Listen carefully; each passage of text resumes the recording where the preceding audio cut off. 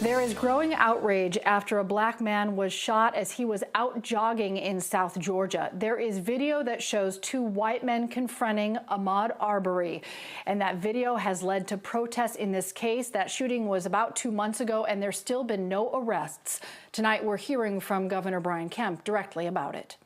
Earlier this week, I watched the video depicting Mr. Arbery's last moments alive. I can tell you it's absolutely horrific, and Georgians deserve answers. Tomorrow would have marked Arbery's 26th birthday. More protests are expected here in Georgia. Caitlin Ross reports the attorney for the alleged shooters claims he's the one who released the video. And we want to warn you, it is very disturbing.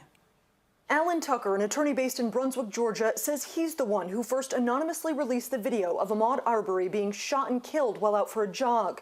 The video quickly drew calls for an investigation and arrest, but he says he released it for, quote, absolute transparency because my community was being ripped apart by erroneous accusations and assumptions. Greg McMichael is a former police detective and district attorney investigator who told his attorney he believed Ahmaud Arbery looked like a suspect in a recent home break-in in their neighborhood. In the video posted online, you can see his son Travis fight with Ahmaud before the gun goes off. Ahmaud Arbery died at the scene and no one was arrested. That was February 23rd. The first prosecutor recused herself because she had worked with Greg McMichael at the DA's office.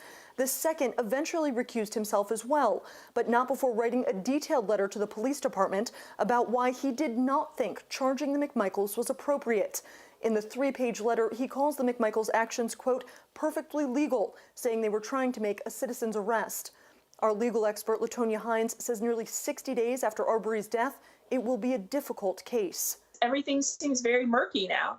They didn't make the choice to make the charges at the time when this first occurred. And now you've got two different prosecutors that this has gone through because of the different conflicts. On Tuesday, the special prosecutor assigned to the case asked the GBI for assistance.